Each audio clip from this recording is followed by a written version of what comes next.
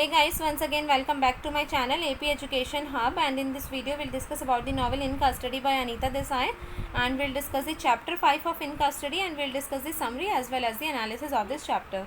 Guys, before this video we have already discussed about the introduction and the main characters of In Custody. Also we have discussed the summary and analysis of the previous chapters. So अगर आप लोगों ने वो सारी videos नहीं देखी और आप देखना चाहते हैं तो मैंने अपने चैनल पर एक प्लेलिस्ट क्रिएट कर रखी है BA ऑनर्स इंग्लिश। उसका लिंक मैं आप लोगों को डिस्क्रिप्शन बॉक्स में दे दूंगी, वहाँ जाकर आप लोग सभी प्रीवियस वीडियोस देख सकते हैं। So without any delay let discuss about this chapter 5 of in custody. So guys, in this chapter Deven goes to Delhi where Murad mocks him for his lack of confidence. So guys देखो, हमने chapter 4 में देखा था कि नूर साहब देवेन को बुलाते हैं एक पोस्ट कार्ड भेजकर दोबारा से दिल्ली, और यहाँ पर जो देवेन है वो दिल्ली आ जाता है। दिल्ली में आकर जब वो मुराद से मिलता है so Murad mocks him for his lack of confidence. Murad उसका मजाक उड़ाता है कि तुम्हें बिल्कुल भी कॉन्फिडेंस नहीं है। And Deven says that he can not work as a secretary for Noor as he has his family to look after them. So guys, Deven यहाँ पर क्या बोलता है कि मुराद, तुमने नूर साहब को बोला कि मैं उनके लिए वर्क करूँगा सेक्रेटरी की तरह, but it is not possible क्योंकि मेरी खुद की भी फैमिली है जिनकी मुझे देखभाल करनी है, जिनका मुझे पेट भरना है। And guys, Murad is aggressive here but Deven does not agree to interview. So guys देखो, मुराद जो है देवेन की इस बात पे बहुत ज़्यादा गुस्सा करने लग जाता है कि तुम तो इस तरीके से बात कर रहे हो, तुम नूर साहब का इंटरव्यू लेना ही नहीं चाहते हो। तो वो यहाँ पर एंगर शो करता है, बट देवेन जो है इस चीज़ से भी एग्री नहीं करता है कि वो नूर साहब का इंटरव्यू लेगा।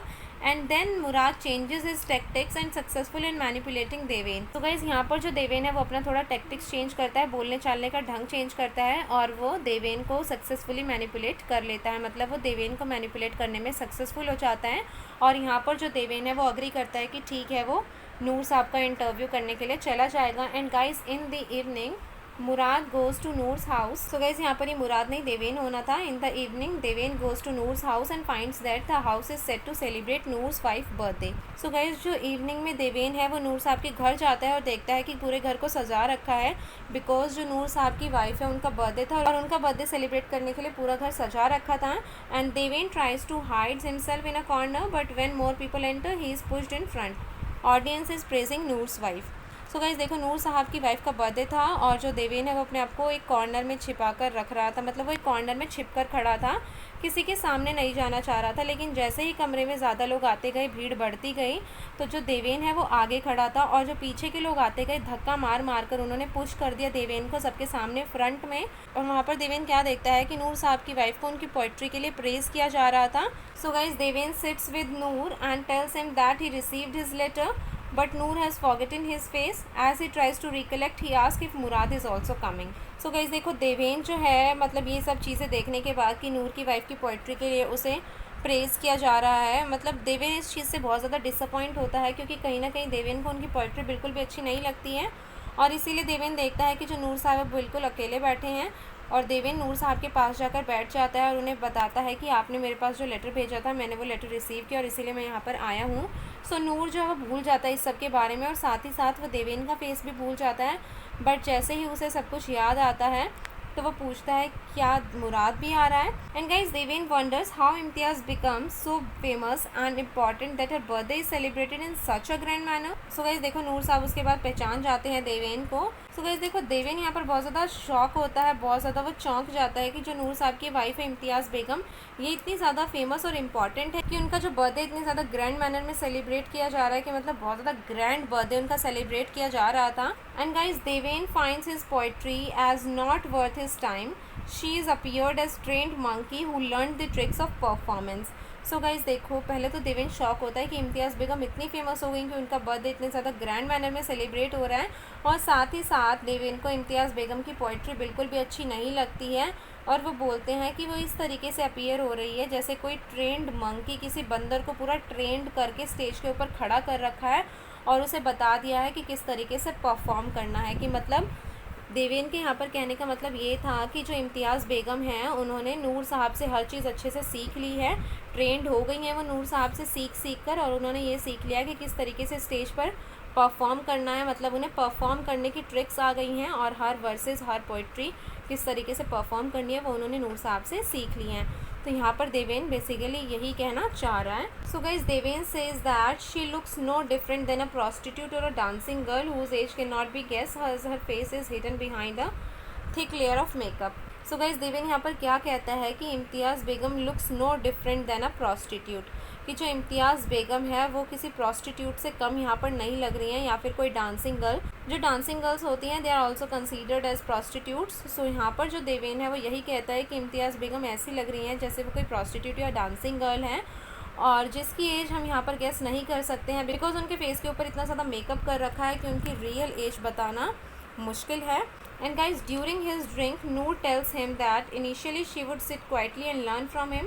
Noor accuses her of stealing his house, his audience and his sitting.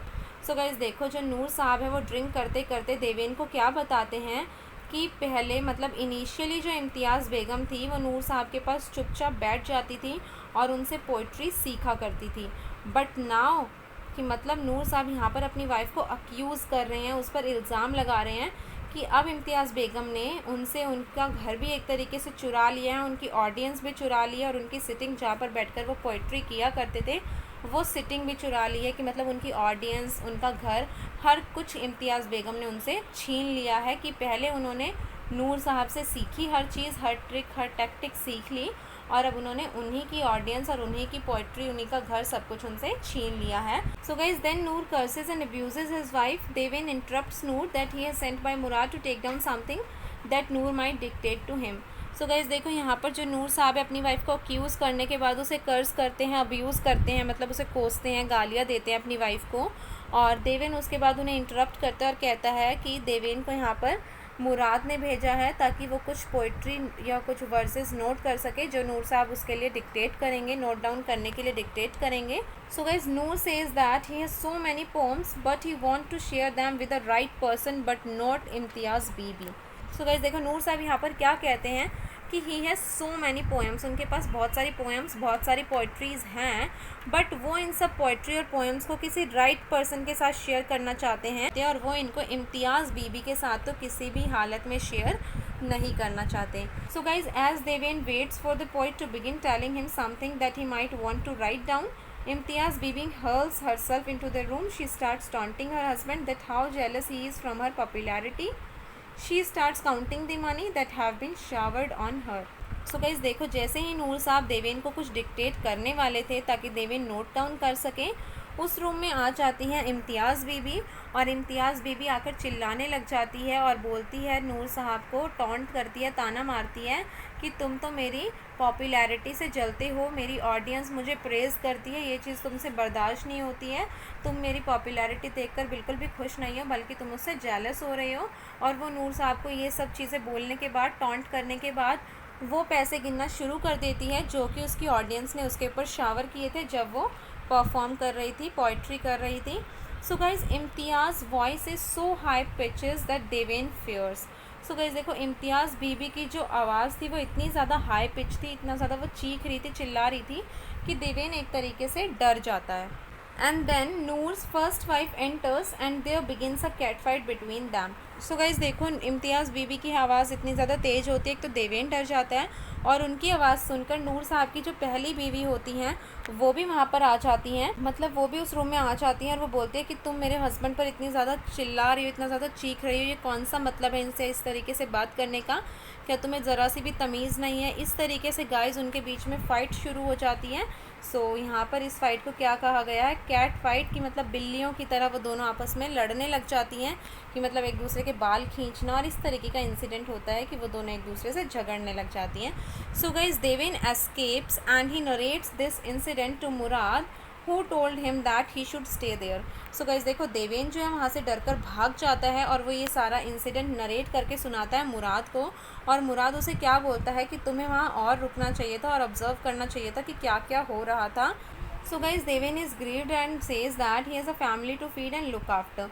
So guys Murad यहाँ पर जब देवेन को बोलता है कि तुम्हें वहाँ पर रुकना चाहिए था, हर चीज़ ऑब्जर्व करनी चाहिए थी, क्योंकि तुम इंटरव्यू ले रहे हो तो हर चीज़ तुम्हें पता होनी चाहिए। और देवेन यहाँ पर क्या कहता है कि उसकी भी फैमिली है जिसका उसे ध्यान रखना है, पेट भरना है, लेकिन फिर मुराद उसे दोबारा मैनिपुलेट करने की कोशिश करता है, and then he says that he is his literary hero and he agrees. और गाइज यहाँ पर जो देवेन है वो दोबारा से मैनिपुलेट हो जाता है और क्या कहता है कि नूर साहब उसके लिटरेरी हीरो हैं और वो किसी भी हालत में उनका इंटरव्यू लेगा, और इसीलिए वो इंटरव्यू लेने के लिए अग्री कर लेता है। And then Murad suggest him to have a tape recorder. Deven is disgusted with the idea and says that it is not cinema. So guys देखो, जो मुराद है वो देवेन को सजेस्ट करता है कि तुम एक टेप रिकॉर्डर ले लो ताकि तुम हर चीज़ को अच्छे से रिकॉर्ड कर सको और फिर तुम उसे एडिट करके मुझे दे देना, मैं उसे पब्लिश या जो भी कुछ करना है मैं उसको कर लूँगा। ये मतलब तुम एक टेप रिकॉर्डर अरेंज कर लो ताकि तुम अच्छे से हर चीज़ रिकॉर्ड कर सको।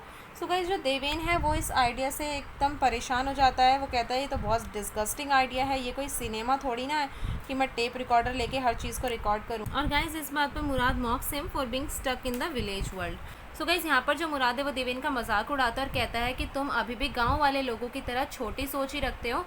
जो टेप रिकॉर्डर है उसका यूज़ सिर्फ सिनेमा में नहीं होता है, और भी कई जगहों पर होता है। तुम अभी भी गांव वाली उस छोटी सोच से ही चिपके हुए हो। And Murad says that Deven can take tape recorder home, edit it and he will not only have Noor's poetry but also in his own voice. So guys यहाँ पर मुराद क्या कहता है देवेन को कि तुम एक टेप रिकॉर्डर ले लो, उसमें पूरी रिकॉर्डिंग करो, उसे घर ले जाकर तुम एडिट करो और तुम उसमें सिर्फ नूर साहब की पोइट्री ही नहीं बल्कि अपनी खुद की आवाज़ में भी काफ़ी चीज़ें रिकॉर्ड कर पाओगे। एंड गाइस देवेन इनिशियली तो इस चीज़ के लिए रेडी नहीं होता है, but then he says that it's a good idea but from where they will get it. So guys Deven यहाँ पर क्या कहता है बाद में कि हाँ ये अच्छा आइडिया है बट हमें टेप रिकॉर्डर मिलेगा कहाँ से। Murad says that he should use his mind, Deven is further drawn into web. So guys Murad यहाँ पर कहता है कि इसके लिए तुम अपने खुद के दिमाग का यूज़ करो कि तुम कहाँ से अरेंज करोगे टेप रिकॉर्डर। और देवेन गाइज अपने आप को दोबारा से इस जाल में फंसते हुए पाता है कि वो तो इस जाल में फंसा ही जा रहा है। सो गाइज बेसिकली मुराद यहाँ पर ये कहना चाह रहा था कि तुम अपने माइंड का यूज़ करो कि मतलब तुम अपने कॉलेज से फ़ंड ले लो इस चीज़ के लिए कि मुझे टेप रिकॉर्डर चाहिए नूर साहब की पोइट्री रिकॉर्ड करने के लिए, कि मतलब तुम्हारा कॉलेज तुम्हें फ़ंड दे ही देगा। ये यहाँ पर मुराद के कहने का मतलब था। और गाइज इस चीज़ से जो देवेन है वो और ज़्यादा जाल में फंसता चला गया और ये जो चैप्टर है इन कस्टडी का चैप्टर 5 यहीं पर एंड हो जाता है। एंड आई होप आप लोगों को इन कस्टडी का चैप्टर 5 क्लियर हो गया होगा। और अगर आप लोगों को इसमें कोई डाउट है तो आप लोग मुझसे कमेंट बॉक्स या फिर इंस्टाग्राम और मेरे फेसबुक पेज पर कांटेक्ट कर सकते हैं। मैं दोनों ही चीज़ों की लिंक डिस्क्रिप्शन बॉक्स में दे दूँगी। So do follow me in Instagram and also on my Facebook page. और अगर आप लोगों को वीडियो पसंद आई हो तो वीडियो को लाइक करें, कमेंट करके बताएं कैसी लगी, अपने फ्रेंड्स के साथ शेयर करें और मेरे चैनल को सब्सक्राइब करके बेल आइकन ज़रूर दबा दें। मिलते हैं नेक्स्ट वीडियो में। Thank you.